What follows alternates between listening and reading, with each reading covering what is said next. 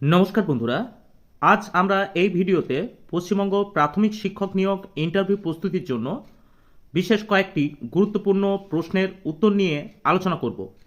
আপনারা যদি প্রাথমিক ইন্টারভিউর জন্য প্রস্তুতি নিচ্ছেন তাহলে অবশ্যই আপনারা আমাদের চ্যানেলটি সাবস্ক্রাইব করে রাখতে পারেন।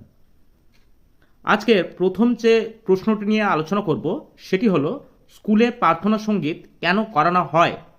উত্তরটি হলো, আমাদের ভেতরে বা শিক্ষার্থীদের ভেতরে জাতীয়তাবোধ, দেশাত্মবোধ এবং একাগ্রতাবোধ ইত্যাদি জাগিয়ে তোলার জন্য বা তার ভিত্তি আরও দৃঢ় করার জন্য স্কুলে প্রার্থনা সঙ্গীত করানো হয় এবং এই প্রার্থনা সঙ্গীতের মধ্য দিয়ে শিশুদের মধ্যে মানসিক স্থিরতা আনা হয়। দ্বিতীয় যে গুরুত্বপূর্ণ প্রশ্নটি নিয়ে আলোচনা করব সেটি হলো, বিদ্যালয়ের কোনো শিশু যদি আপনার সাথে দুর্ব্যবহার করে তাহলে আপনি কি করবেন? এর উত্তরটি হলো, প্রথমে সেই শিক্ষার্থীকে নিজের সন্তান, ভাই বা বোন ভেবে বারবার বোঝানোর চেষ্টা করব। তারপরেও যদি সে দুর্ব্যবহার করে তাহলে স্কুলের প্রধান শিক্ষক বা শিক্ষিকা এবং অভিভাবককে সেই বিষয়টির বিস্তারিত ঘটনা তুলে ধরব। আমরা পশ্চিমবঙ্গ প্রাথমিক শিক্ষক নিয়োগ ইন্টারভিউ প্রস্তুতির জন্য একটি পিডিএফ তৈরি করেছি। সেই পিডিএফটি আপনারা স্ক্রিনে দেখতে পাচ্ছেন। এই পিডিএফে আপনারা পেয়ে যাবেন পশ্চিমবঙ্গ এবং প্রত্যেকটি পশ্চিমবঙ্গের জেলা নিয়ে বিস্তারিত আলোচনা এবং তার সাথে থাকছে প্রাথমিক ইন্টারভিউর যেসব গুরুত্বপূর্ণ প্রশ্নগুলি বেশিরভাগ সময়ে ইন্টারভিউয়াররা করে থাকে সেই সব প্রশ্নগুলি আপনারা এই পিডিএফটির মধ্যে পেয়ে যাবেন। এই পিডিএফটি আপনারা আমাদের ডেসক্রিপশন বক্স থেকে ডাউনলোড করতে পারবেন এবং দেখে নিতে পারবেন কি কি প্রশ্নগুলি থাকছে। এই পিডিএফে থাকা সমস্ত প্রশ্নের উত্তর পাওয়ার জন্য আপনারা অবশ্যই হোয়াটসঅ্যাপ নাম্বারে যোগাযোগ করতে পারেন। পরের যে কোশ্চেনটি নিয়ে আলোচনা করব সেটি হলো, কোনো একটি বিষয়ে শিশু বারংবার বুঝতে না পারলে শিক্ষক হিসেবে আপনার কি করণীয়?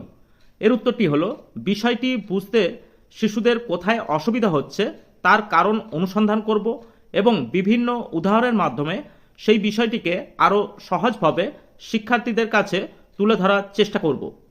পরের যে কোশ্চেনটি হলো সেটি হলো, সর্বশিক্ষা অভিযান বা এসএসএ কি? উত্তরটি হলো, সর্বশিক্ষা অভিযান বা এসএসএ হলো ভারত সরকারের একটি প্রধান কর্মসূচি যা 2001 সালে শুরু হয়েছিল।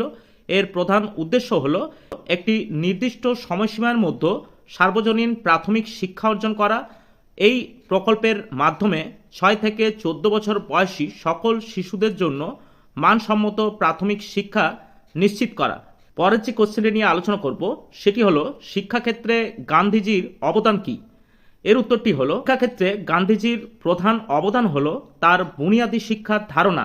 তিনি বিশ্বাস করতেন যে শিক্ষা কেবলমাত্র বইয়ের মাধ্যমেই সীমাবদ্ধ থাকা উচিত নয়, বরং হাতে কলমে কাজ, শিল্প, কারিগরি শিক্ষার মাধ্যমে শিশুদের সামগ্রিক বিকাশ ঘটানো উচিত।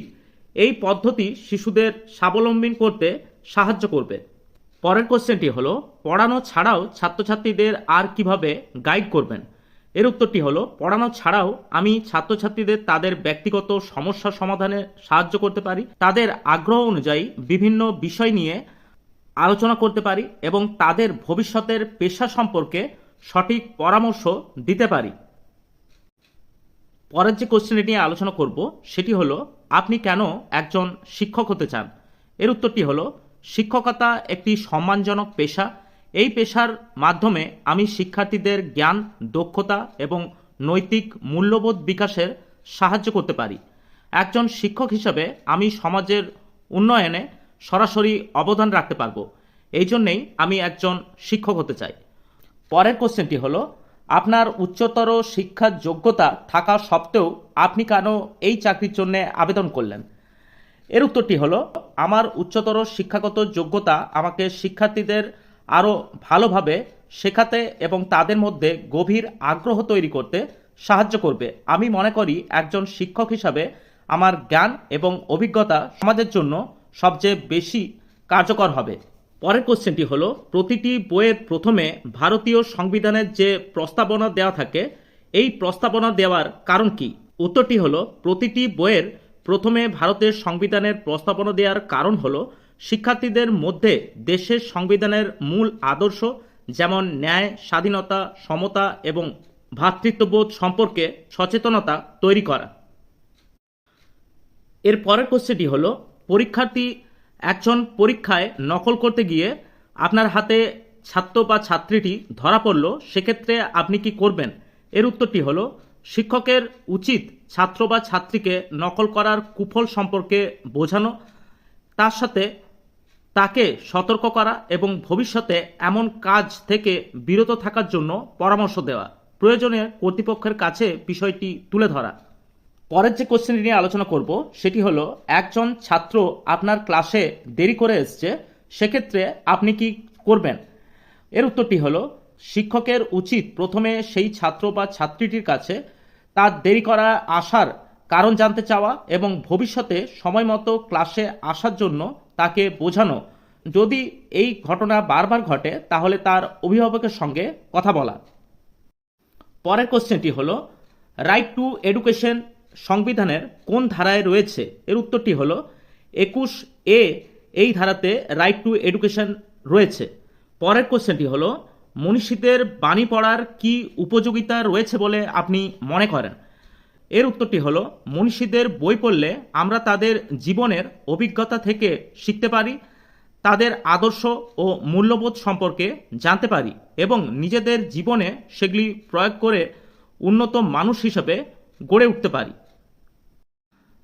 তো এই ছিল আজকের পশ্চিমবঙ্গ প্রাথমিক শিক্ষক নিয়োগের ইন্টারভিউর প্রস্তুতির জন্য কিছু গুরুত্বপূর্ণ প্রশ্নের উত্তর নিয়ে আলোচনা। আপনারা অবশ্যই আমাদের চ্যানেলটি সাবস্ক্রাইব করে রাখতে পারেন। আমাদের এই চ্যানেলে পশ্চিমবঙ্গ প্রাথমিক ইন্টারভিউর জন্য নিয়মিত ভিডিও আসছে, তাই আপনারা আমাদের চ্যানেলটি ফলো করতে পারেন এবং ডেসক্রিপশনে থাকা পিডিএফটি ডাউনলোড করতে পারেন। আজ এই পর্যন্তই, দেখা হচ্ছে পরের ভিডিওতে। নমস্কার, ভালো থাকবেন, ধন্যবাদ।